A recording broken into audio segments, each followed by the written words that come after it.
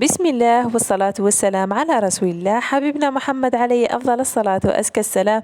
أهلين وسهلين حبيباتي الغاليات مشتركات الوفيات، إن شاء الله تكونوا كاملين بخير ومهنيين أموركم لاباس، وإن شاء الله يلقاكم الفيديو تاعي كامل بصحتكم وعافيتكم وهناكم. ألو حبيباتي اليوم إن شاء الله روتين بزاف شباب متنوع، راح نشارككم حبيباتي زوج وصفات، وما بخلتش عليكم حبيباتي بالوصفات وبالروتين المحفز اللي كان كيما نقولوا حنا ينوض الميت يا البنات. ليسونسيال خياتي كما راكم تشوفوا حبيباتي، وقبل ما نبداو جمعة مباركة، ربي يتقبل منا ومنكم الصلاة وسائر الأعمال خياتي. ليسونسيال حبيباتي والله بغيت نسألكم وقولوا لي اسكو الروتين التوعي ماهمش يعجبوكم، اسكو الهمسات ماهمش يعجبوكم، اسكو الوصفات ماهمش يعجبوكم. والله ما عرفت واش هو البنات يا الحل. راني ندير فوق طاقتي بصح مانيش نلقى تفاعل. نتمنى حبيباتي انكم ما تبخلونيش بذاك الجام تاعكم، الله يرضى عليكم، وتعليق شبابي يشجعني ويحفزني. ليسونسيال خياتي قلت لكم اليوم ان شاء الله راح نشارك معاكم لي بانكيك بغير بحبه تاع بيض يا البنات، ويقطع لك كميه لاباس بها وتقدري تفرحي عائلتك. وصدقوني بالله ما يدي لك كامل الوقت. راح نشارك معاكم حبيباتي فان وصفه تاع عشاء، والله صدقوني يا البنات غير بربع سردة تاع دجاج والكميه قلت لكم يقطع كميه لاباس بها ما شاء الله تبارك الرحمن. والانسان كما نقولوا حنايا دائما يذكر الله هكا باش كيما نقولوا حنا تطيح البركه في الماكله تاعو. وكيما قلت لكم حبيباتي رايحين نهضروا فيها مسا بزاف شابه. ليسونسيال خياتي كيما راكم تشوفوا بديت لكم بالفيديو كيما نقولوا حنايا بالمسيح بالنفيض كيما راكم تشوفوا هكا خطره على خطره، وطلقي عينيك الفوق اون سي جامي تكون كشرتيله ولا على بالكم. هادو الصوالح ما يجوش بصح نهار يدخل عندك ضيف ولا تجيك ذيك التبهديله ولا تطيح ذيك الرتيله ولا يطيح ذاك القرلو، والله كيما نقولوا حنايا تبهديله وخلاص. ليسونسيال كيما شفتوا حبيباتي بديت لكم الروتين كيما قلت لكم بهذا النفيذ. كنت نفضت كامل الفراشات تاعنا وكامل، من بعد تفكرت قلت لازم نفض قبل ومن بعد نعاود كيما نقولوا حنايا نعاود نفض فاني كي الفراشات تاعنا. لقيت كامل البلايص يا البنات اللي شفت فيهم هكايا باللي كاين فيهم تراب، سورتو هذا البلاكار كيما نقولوا حنا هذوك الدفف يشدوا شويه تراب.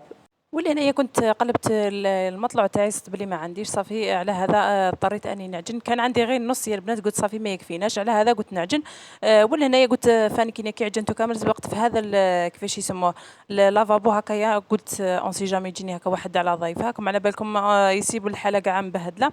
وانايا بصراحه يا البنات الاكثريه الرمله، انا وليدي شغل كي يلعب في الرمله وكامل كي يجي حاشاكم يطلع كرعين لهنايا ويبدا يغسل فيهم كيما راكم تشوفوا حالته لا حاله راه مبهدل.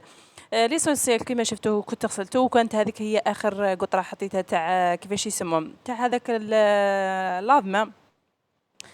درتو والله صدقوني يا البنات شفتوا الرمله اللي سطها من تحت ماشي عارف كامل اسكو يجي فيهم ولا غير هذا. والله ما عرفت يا البنات، انا خلعني وما قريب بحال ما نزيد معاه حتى حاجه، بصح خلعني يا البنات كي سط هذاك التراب فيه. ليسونسيال كيما شفتوا حبيباتي نقيت كامل الحاله، ونجو نهضروا في الهمسه تاعنا اللي كنت قلتها لكم. رايحين نهضروا اليوم على حلاوه اللسان، نهضروا على الظرافه، نهضروا على كيفاه تتعاملي مع الناس. على بالي كاع البنات يبغوا يتعلموا هذا الاتيكيت تاع حلاوه اللسان، تقول لك كيفاش نولي نهضر بالظرافه باه نجبد الناس ليا. كاين بزاف تشيرات تقول لك ما نعرفش نهضر مع الناس، كيفاه نتعامل معاهم بالسياسه باه نجبدهم ليا باه يولوا يبغوني. راح نبدا ان شاء الله في هذا الموضوع وباختصار كما نقولوا حنايا.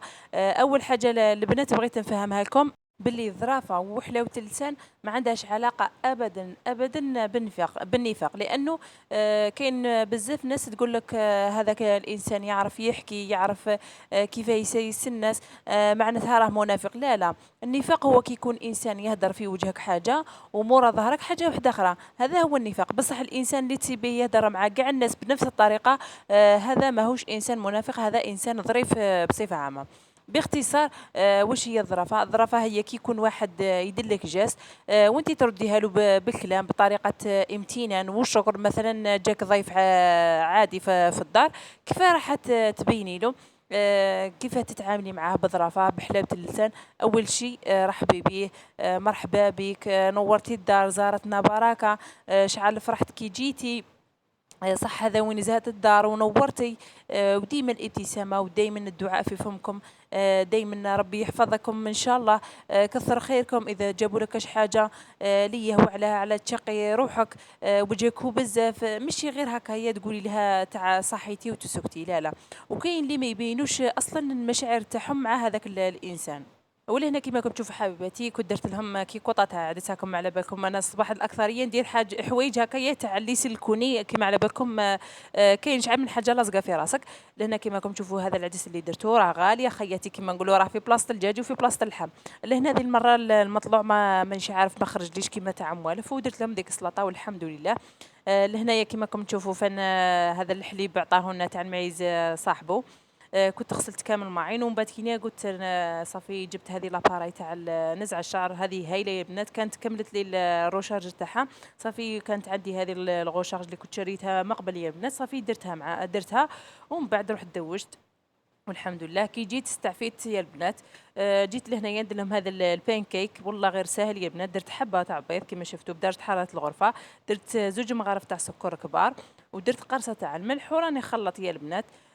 وراح نزيد معاهم كاس تاع حليب يا البنات. راح نزيد كاس حليب انا كان في الفريجيدير على هذا دفيته شويه هكا باش هذاك السكر يذوب ليكم على بالكم.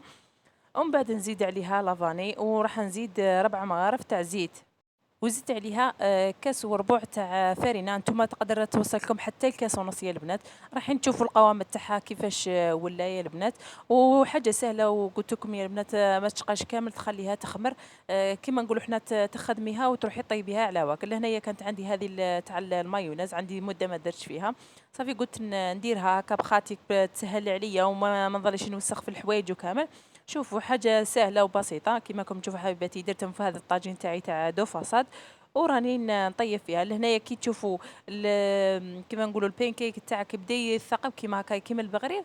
حاولي انك تقلبيه بالخفيه البنات. لهنا كان الطاجين تاعي شويه بصراحه مازال ما تفاليش على هذا شويه غبني. ولهنايا كيما راكم تشوفوا اني نقلب فيهم كامل يا البنات. وتكون طيبي فيهم على نار متوسطه ماشي زايدت لها بزاف هكا باش ما ينحرقولكش ويطيبوا لك من الداخل. كيما راكم تشوفوا حبيباتي كملت كامل الكميه بهذه الطريقه. جربوها يا البنات والله غير ساهل وخفيف وتوجديهم لولادكم كيما نقولوا حنا 5 لهنايا كانت شوكولا تختيني كانت قريب تخلص لي. صافي درت لهم غير الكميه هذه اللي كانت عندي ودرت لهم زينتهم بحبيبات تاع بانان من الداخل كيما شفتوا حبيباتي. والله فرحوا به ما تامنوش عقلكم سورتو وليدي والله ولا يقول لي ماما انتي فنانه. ماما انتي ذي قلت له سبحان الله كيما نقولوا صح الكلام الحلو. يخليك تزيدي تتشجعي وتزيدي ديري حوايج واحد اخرين. لهنا كما راكم تشوفوا حبيباتي جيت للعشاء بصراحه لهنايا خرجنايا البنات كنت شريت القضيان. ومن بعد كي رجعت لهنايا قلت واش ندير لهم خممت ندير لهم هذه الاخرى كنت جبت 5 هذه كيما نقولوا نص سرده تاع ربع سرده. خليتها تذوب ومن بعد ما ذابت لي البنات جيت رحيتها. شوفوا يا بنات الكميه ماهيش بزاف. رحيتها ودرت لها كامل عطرتها مليح كيما نقولوا حنايا وقبضت ربع كاس تاع كيفاش يسموه ربز. درتو هو حتى هو غلا ودرتو مع كاس تاع ماء وخليته حتى طاب نص الطياب يا البنات ما طيبوش مليح. وهذيك الكرجات اللي خويتها صافي زدتها مع هذيك لافاغس تاع الدجاج كيما شفتوا حبيباتي. ومن بعد كي نيا عاودت ريحيتهم لانه ما بغاوش كي وليت نلم فيهم ما بغاوش يترحاو ما بغاوش يتلموا لي البنات على هذا عاودت ريحيتهم. وكما شفتوا عمرت هذيك كيفاش يسموها الكورجات تاعي ودرت هذوك لي بولات اللي تزيدوا لي. ولهنا كنت صنعت جواز تاع حمص عادي البنات كيما موالف ديروه. ومن بعد رميت عليهم هذوك كيفاش يسموهم هذوك لي بول وهذيك الكورجات والكورجات اخليها نص طياب يا البنات لانه من بعد راح نخدموا بها طريقه واحده اخرى. كما على بالكم هذه الطريقه موالف نديروها تاع الخضره فاخسي وكامل. ولكن دي المره قلت وعلاش ما نزيدش اللمسه تاعي. ليسونسيال كما قلت لكم نكملوا في الهضره تاعنا على الظرافه وعلى حلاوه اللسان. كما قلت لكم كاين شي انسان ما يبين لكش كيفاش يسموه المشاعر تاعو مع هذاك البنادم مالغري هذاك الانسان يكون تعب وجا على جالهم وشقى على جالهم. بصح ما يبين له والو. مثلا وحده جات عندك وباركت لك على ولادها ولا كاش نجح تقول لك مبروك عليك قولي لها يبارك فيك يبارك في عمرك. ان شاء الله العقوبه عندك نجي ونفرح معاك ربي يعزك ربي يخليك ليا ان شاء الله. وكما كاين الظرافه بالهضره راكي ظرافها بالافعال. مثلا لو كان جا عندك ضيف واحد اخر، كي نقولوا كيما حنا لازم تهتمي بيه، تحطي له وديريه في عينك وقليل، تانسيستي عليه باه ياكل، ولا يقعد، ماشي غير هكاك برك مالغري يكون اقرب الاقربون، لازم فين تتعاملي معاه كيما هكايا.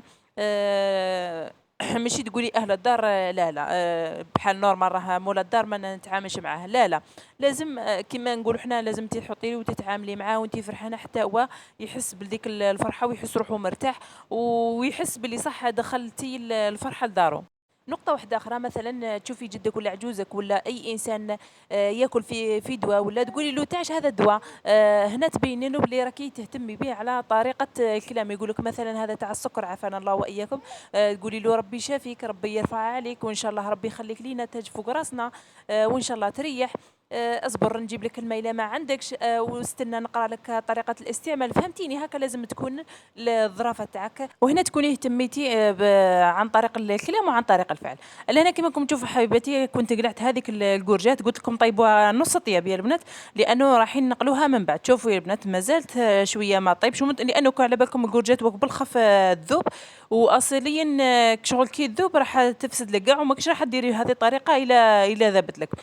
قلت لك هكاك شغل هذاك الانسان كيسيبك مهتمه به وكامل، يزيد يكبر الحب اللي بيناتكم. مالغري هذاك الانسان قادر يكون واش يكون شرير، ويكون ما يبغيكش بصح بهذه الطريقه وبهذا الاهتمام، والحلاوه تاع اللسان تاعك راح تكسبي نهار الاول الزوج الثالث راح يغير رايه فيك، وراح يقول لك عليك هذه انسانه مليحه وانسانه باغيت لي غير الخير.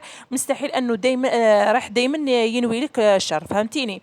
بالك نهار الاول ما كانش عارفك ولا داي عليك نظره ماهيش مليحه، بهذيك الطريقه راح تخليه يولي يبغيك ويغير الفكره تاعو عليك. لازم تفهمي مليح باللي هذيك الحلاوه اللسان والهضره مليحه حتى واحد ما راح يشبع منها، وهذا ماشي يخرج جديد علينا، هذا راه كيما نقولوا حنا من العصور، من جدودنا. الناس كانوا يهضروا بالطيبه، والناس كانوا يكتبوا الشعر، كانوا يكتبوا الزجل عفوا. اجدادنا كانوا يهضروا كيما نقولوا حنا معنا بالقافيه، مالغري ما قاريين ما معالمين، بصح فهمهم كيما نقولوا حنا يكثر بالعسل. كاينه ولا لا لا؟ وشوفي غير وليدك كيما نقولوا حنا يبغي يدي حاجه ولا يولي يحلل فيك ويقول لك الكلام الشباب غير باه يدي حاجته، لانه هذاك الكلام راه يستهدف القلب. وكيما على بالنا ما كاش واحد يكره باللي باه يقولوا له الهضره الحلوه والمعسله كيما نقولوا حنا اللي تذوبنا كاع وتروحي فيها.